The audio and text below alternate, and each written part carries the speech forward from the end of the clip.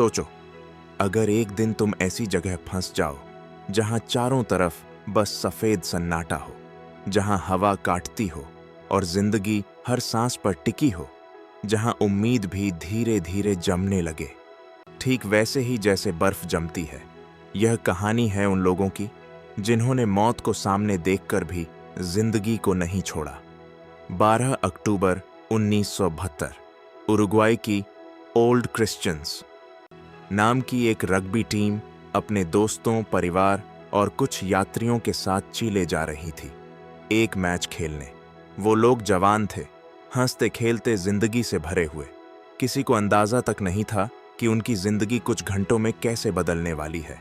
विमान छोटा था, फेयरचाइल्ड FH-227, 26 यात्री, 5 क्रू मेंबर्स। अंदर माहौल हल्का था, कोई कार्ड खेल रहा था, कोई गाना गा रहा था, कोई खिड़की के बाहर देखते हुए कह रहा था, देखो बादल कितना शांत है। पर पहाड़ों के ऊपर शांति हमेशा तूफान से पहले आती है। विमान ने एंडीज पर्वतों के पास प्रवेश किया। बाहर सफेद पहाड़, नीचे हजारों फीट गहरी खाई और अंदर लोगों के चेहरों पर मुस्कानें अभी भी थीं। पायलट को लगा कि वो पहाड़ों को पार कर चुका है, लेकिन वो अब भी उनके बीच था। एक छोटी सी गलत गणना, एक डिग्री की चूक और इंसान और प्रकृति के बीच दूरी अचानक खत्म हो जाती है। अचानक विमान हिला, सीट बेल्ट कसकर पकड़ने की आवाजें। किसी ने पूछा, क्या ये टर्बुलेंस है? लेकिन टर्बुलेंस ऐसे नहीं फटता। विमान का दायां पंख एक बर्फीली चट्टान से टकरा गया। धातु की चीख जैसी आवाज आई। फिर दूसरा पंख भी टूट गया। अंदर लोगों की चीखें, सीटें उखड़ती हुई जैसे कोई अदृश्य हाथ उन्हें पीछे खींच रहा हो। विमान का शरीर धीरे धीरे टूटते हुए एक फिसलती स्लेज की तरह बर्फ पर गिरता चला गया। कुछ सेकंड, बस कुछ सेकंड, लेकिन उन लोगों के लिए वो जिंदगी के सबसे लंबे पल थे। जब विमान आखिरकार रुका, चारों तरफ शांति थी, एक ऐसी शांति जो डर पैदा करती है। पहाड़, बर्फ, हवा और टूटे हुए लोग। कई लोग तुरंत ही मर चुके थे। कुछ गंभीर घायलों की सांसें टूट रही थीं, कुछ की चीखें धीरे धीरे फुसफुसाहटों में बदल रही थीं, और जो बचे उनके सामने एक सच खड़ा था, यह दुनिया उनसे बहुत दूर है, मदद अभी नहीं आने वाली। नांदो पर्रादो, जो क्रैश के पहले सबसे जोशीला, तेजस्वी, हंसमुख लड़का था, अब बर्फ में बेहोश पड़ा था। सिर पर चोट थी। कुछ घंटे बीते, उसकी सांसें धीमी पर जिंदा थीं। उसकी माँ वहीं दम तोड़ चुकी थी। उसकी बहन सुजाना धीरे धीरे ठंडी होती जा रही थी। कोई कुछ कर नहीं सकता था, बस उसके हाथ पकड़कर देख सकता था। दूसरी तरफ रोबर्टो कनेसा, मेडिकल स्टूडेंट। अब उन्हें कोई डॉक्टर नहीं मिलने वाला था, तो वही अब डॉक्टर था। उसने अपने कांपते हाथों से टूटे हुए पैरों को सांधा, खून को रोका, लोगों को ढांढस दिया। उसके पास ना दवाइयां थीं, ना उपकरण, बस जिंदा रखने की जिद थी। रात उतरने लगी। एंडीज की रात, जहां तापमान 25 वर्टिगॉसी तक गिर जाता है, जहां ठंड सिर्फ शरीर नहीं, आत्मा तक को जमा देती है। उन्होंने विमान के टूटे धड़ को अपना आश्रय बनाया। सीटों के कपड़ों को फाड़कर कंबल जैसा बनाया। प्लास्टिक और बैग से हवा रोकी, पर ठंड को कैसे रोकते? उस रात किसी ने सोकर आराम नहीं किया। उस रात हर कोई बस इतना चाहता था, सुबह हो जाए। और जब सुबह हुई, वो उतनी ही सफेद और बेरहम थी जितनी रात थी। ये सिर्फ पहला दिन था, और उनके सामने 70 दिनों की लड़ाई पड़ी थी। सोचो, सुबह हुई, मगर सूरज ने कोई गर्मी नहीं दी, बस सफेद रोशनी जो आंखों को चुभती थी। हवा वैसे ही चल रही थी जैसे किसी को याद दिलाना हो कि यहाँ इंसान की कोई जगह नहीं। क्रैश के अगले कुछ घंटे हर किसी के लिए एक ही सवाल थे, अब क्या? खाने को कुछ नहीं, सामान सब कहीं गिर चुका था, और चारों तरफ बस बर्फ, बर्फ, बर्फ। यहीं से शुरू हुई असली लड़ाई, भूख की। शुरुआत में उन्होंने सीटों के पीछे रखी हुई छोटी छोटी चॉकलेट्स खोजी। कुछ पीनट्स मिले, कुछ बिस्किट्स। बस इतने से 20 आदमी कितने दिन चलते? उन्होंने सबसे पहले खाने को बराबर बांटने का फैसला लिया। हर किसी को एक छोटे से टुकड़े जितना खाना मिलता, इतना छोटा कि शायद जीभ उसे महसूस भी न कर पाए। लेकिन भूख भूख को फर्क नहीं पड़ता। दूसरी तरफ बीमारी बढ़ने लगी, चोटें सड़ने लगीं। उनके पास दवाइयां नहीं थीं, बस रोबर्टो के हाथ और उसकी हिम्मत। वो हर इंसान को देखता, पट्टी करता, दर्द रोकने की कोशिश करता और खुद अंदर से टूट रहा होता। उस रात एक और मौत हो गई। उन्होंने उसके लिए दुआ पढ़ी और फिर बर्फ में दफना दिया, क्योंकि यहां जमीन तो थी ही नहीं, बस बर्फ। समय बीत रहा था, आसमान से कोई विमान नहीं आया। एक दिन उन्होंने रेडियो सुना, टूटे हुए कॉकपिट से, जिसे चलाने में उन्हें कई घंटे लगे। और फिर आवाज आई, सर्च ऑपरेशन ऑफिशियली बंद किया जा चुका है। गवर्नमेंट का बयान, हम मानते हैं कि कोई जीवित नहीं बचा। वो पल शब्दों में नहीं बताया जा सकता। कुछ लोगों ने रोया, कुछ ने चिल्लाया, कुछ बस चुप बैठे रहे, और कुछ के अंदर कुछ टूट गया। अब कोई नहीं आने वाला था। अब बस दो रास्ते थे, यहीं मर जाना या कुछ ऐसा करना जिसे करना वो कभी सोच भी नहीं सकते थे। भूख अब मौत जैसी लगने लगी थी। शरीर अपना ही खून पीने लगा था। हाथ कांपते थे, चेहरे सूख चुके थे, होंठों पर खून की दरारें बन चुकी थीं। और फिर किसी ने एक शब्द कहा जो पूरे कैंप पर चाकू की तरह लगा, हमें उन्हीं से खाना होगा जो अब हमारे बीच नहीं हैं।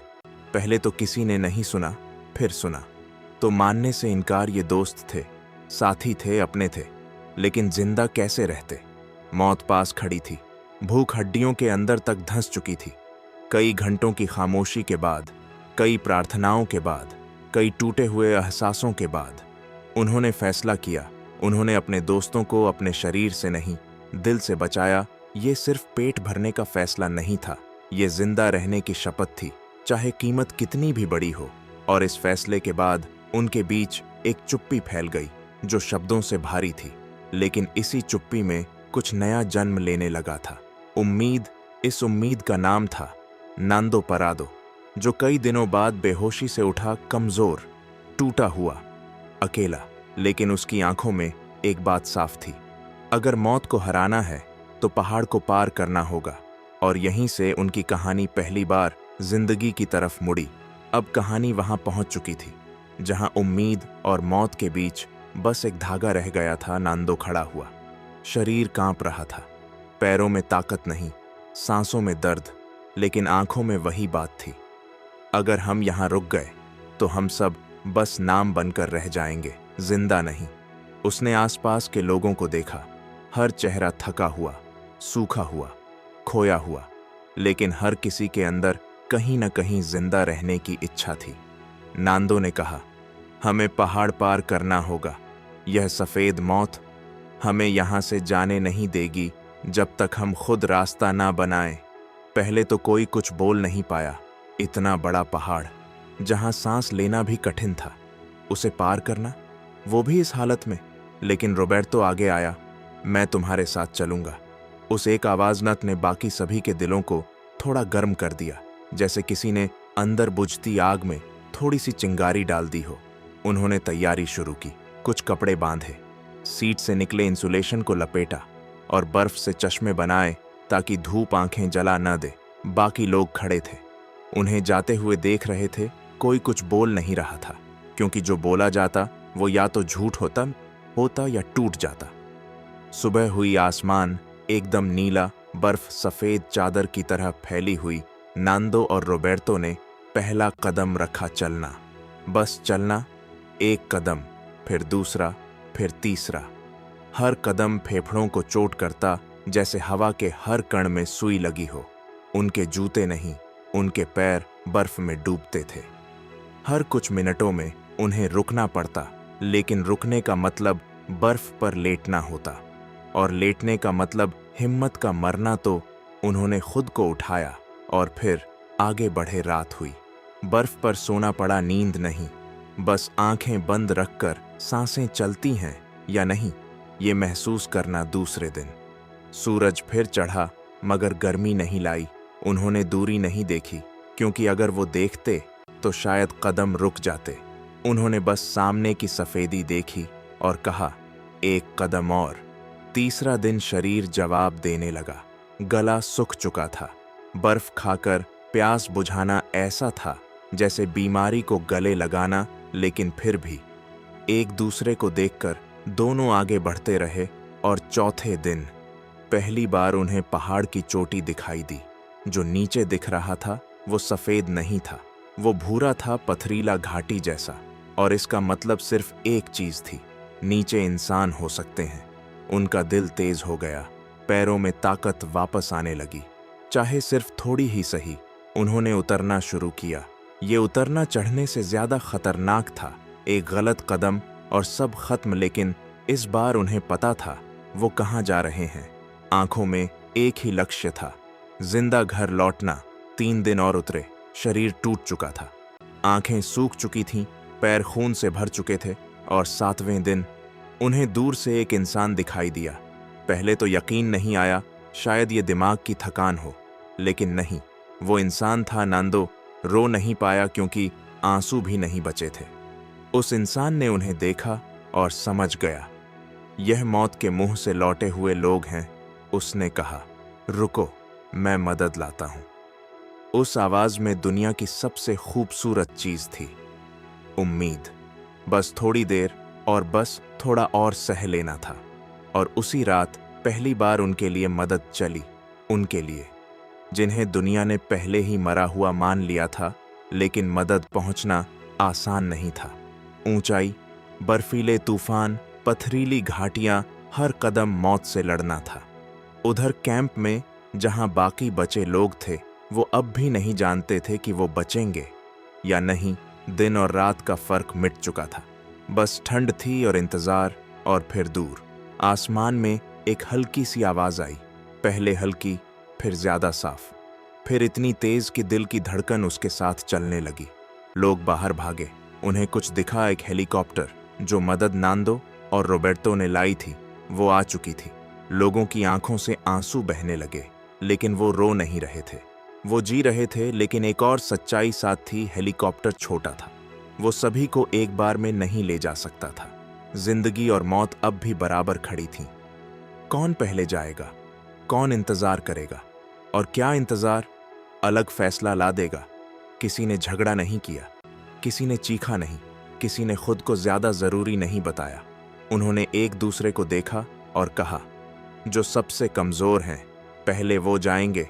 पहली उड़ान गई, फिर दूसरी। हर उड़ान के साथ कैंप में खड़े लोग थोड़ा और हल्के थोड़े और अकेले थोड़े और मजबूत होते गए। और आखिरी उड़ान के साथ आसमान में उड़ते उस लोहे के पंख ने उन सबके दिलों में घर होने का एहसास लौटा दिया। दुनिया ने उन्हें गोद में लिया, डॉक्टरों ने उनका इलाज किया, पर सबसे बड़ा इलाज ये था कि वो अब अकेले नहीं थे। लेकिन कहानी यहीं खत्म नहीं होती। जब दुनिया को पता चला कि उन्होंने कैसे खुद को जिंदा रखा, तो कई लोगों ने उन पर उंगली उठाई, क्योंकि हकीकत ये थी कि उन्होंने भूख से बचने के लिए अपने ही साथियों के शरीर का सहारा लिया था। लोगों ने कहा, ये सही नहीं है, लेकिन एक बचा हुआ इंसान बोला, जब इंसान मौत और जिंदगी के बीच खड़ा होता है तो सही और गलत शब्दों के नहीं, सांसों के होते हैं। कोर्ट में फैसला सुनाया गया। उन्होंने कोई अपराध नहीं किया, उन्होंने सिर्फ जीना चुना। और वो लोग जो मरने के लिए छोड़ दिए गए थे, आज भी जिंदा हैं। कई साल बाद नांदो उस पहाड़ पर वापस गया। वो खामोश खड़ा रहा, हवा चल रही थी, जगह वही थी,